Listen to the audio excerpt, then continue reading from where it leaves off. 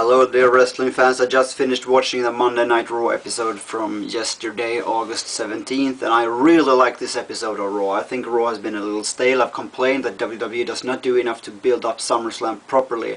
I think that's not the case anymore. WWE has done a tremendous job. This night was a very unpredictable WWE Raw. You never really know what was going to happen. You got a feeling of that fact that everyone actually literally could show up.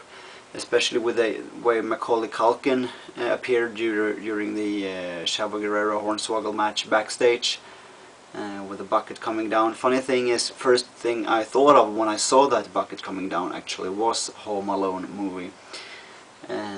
I think WWE is also doing more now to raise the bar on this, from this PG rating there's been so much talk of, to a PG-13. Why is that? I think this Raw was real aggressive. Maybe it was just me, but I think the two opening matches, Miss Evan Bourne and Kofi Kingston versus Carlito, were real aggressive, very unpredictable matches. You really never know who was going to win. Very good matches on a whole. This Raw, Mickie James versus Gail Kim, also a very good match. Unfortunately, they kind of clusterfucked it up in the end. That match deserved a much better fate in my book. They did some stuff, original things, but well, Gail Kim kind of botched, didn't help Mickie James during that finisher DDT, and she didn't sell the roundhouse kick by Mickie James. Mickie James had to push her down, and you could notice that Mickie James, for a few minutes there for a few seconds I should say, were kind of lost. She really didn't know where to go, because the match was supposed to have ended with that DDT. However, very good improvisation by Mickie James, going with that kick instead, punching her down with a forearm, and then 1, 2, 3. We also saw Evan Bourne in his hometown. The hometown heroes tonight didn't have that very good night. We had Randy Orton getting into a verbal fight with Freddie Prinze Jr. I'll take that later. First, Evan Bourne, hometown hero, lost to The Miz, who's now allegedly going after the United States title. Perfect. That also means that the rumors of Miz leaving WWE ain't true.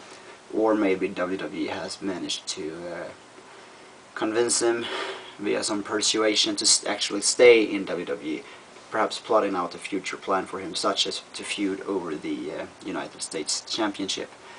We also saw Evan Bourne do some good moves in this match, some new moves I haven't seen before, and that's good. He's coming home to his hometown, he's doing some, he's increasing his arsenal. Freddie Prinze Jr. as a GM, special guest host, whatever you want to call it, he did really good host. He's a credible guest host. He's a credible wrestling fan, because he's been employed by the WWE. He was released earlier this year. Not released. He asked for his release due to he didn't cope with a traveling schedule of the WWE. He was a writer back then.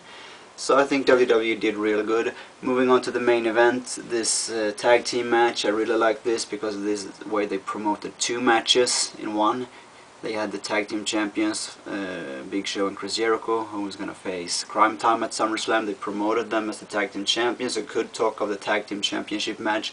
And you also, of course, had the internal disparities between Cena and Orton in their team.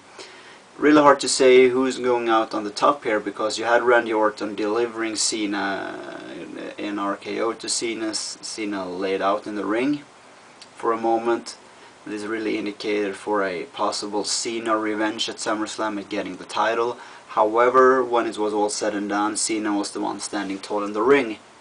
So it's really hard to call here who really got the upper hand going into SummerSlam. That's a good case, well done by WWE, making it much more hard to predict.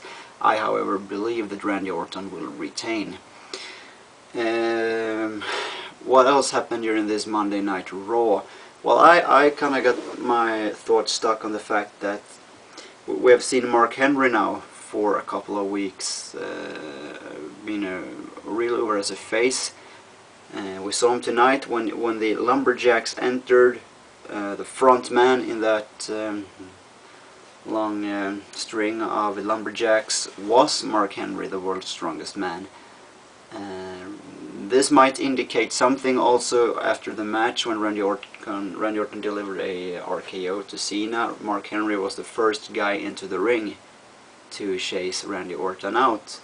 This of course could indicate that they just want to get Mark Henry over as a face, but it could also indicate, because I said right after Night of Champions, I thought that by having Cena pinned in that match, the triple threat match at Night of Champions, they were eliminating Cena out of the title picture.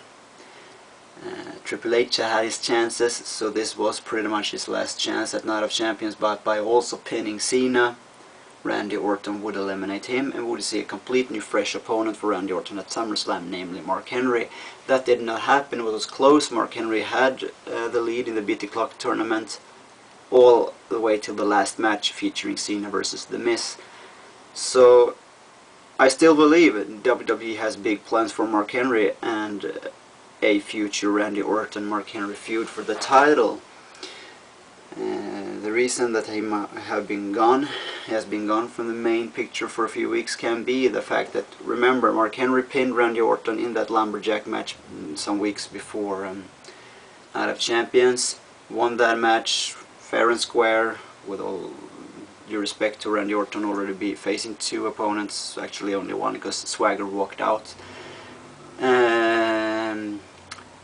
Then he kind of slid away from the main picture, and that could be because, remember, he entered Raw that night. That was his debut night, pinning Orton. So WWE might have put him with Hornswoggle just to make sure he was gonna get over as a face before continuing his run after Orton. So this is good news, because this might mean WWE has already their plans in motion for continuous storylines feuds after SummerSlam by already pushing Mark Henry, making him seem like a legitimate threat. Well done also that by WWE.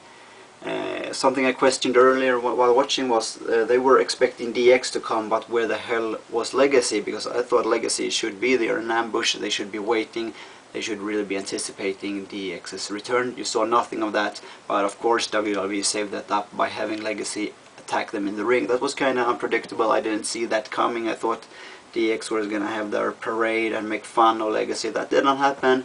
Indicates for a serious feud.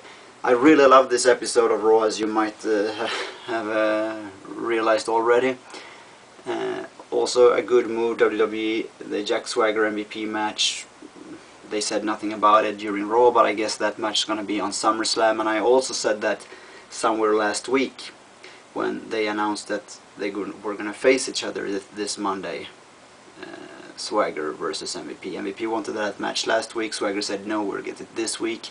And I said, why the hell, when WWE need to hype SummerSlam, why would they put so much time and give so much airtime to Swagger and MVP in their matches if that was not a match meant for SummerSlam? Because all they need to do is hype SummerSlam. Well, if Swagger and MVP will face at SummerSlam, which all seems likely right now, as there will be no US title match, there will be no Divas Championship match. It all seems likely for WWE to put Swagger versus MVP in there, and also add Kane versus Great Khali. So that's really all great. All's well that ends well, as they say. And I had one other thing on my mind about this Raw. Well, I don't remember that, so I guess it wasn't that much of importance to it. So yeah, I'm really looking forward for SummerSlam, as you might realize.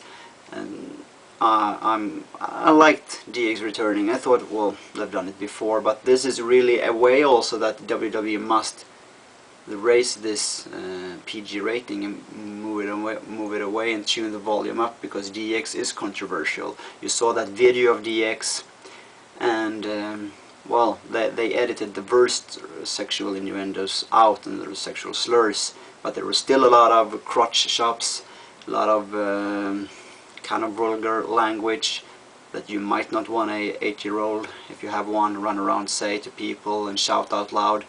So this is a good sign for those of you who like WWE tuning up their volume, so to speak. And I will actually post a video about why I believe WWE has already left the PG rating behind, more or less, or why they will do it in a couple of weeks. But they will do it slowly in progression so that no one reacts harshly to it. Thank you for watching, and within 24 hours I will have a TNA Hard Justice review. I will have the video just talked of why I believe WWE has already raised the bar and indications of that. And I will, in these 24 hours, also post a video about my SummerSlam predictions. And the only way you will be sure to catch up with all these 3 great videos is to hit that yellow button, that you know what I'm talking about, the subscribe button. I recommend you to do that. Have a nice day.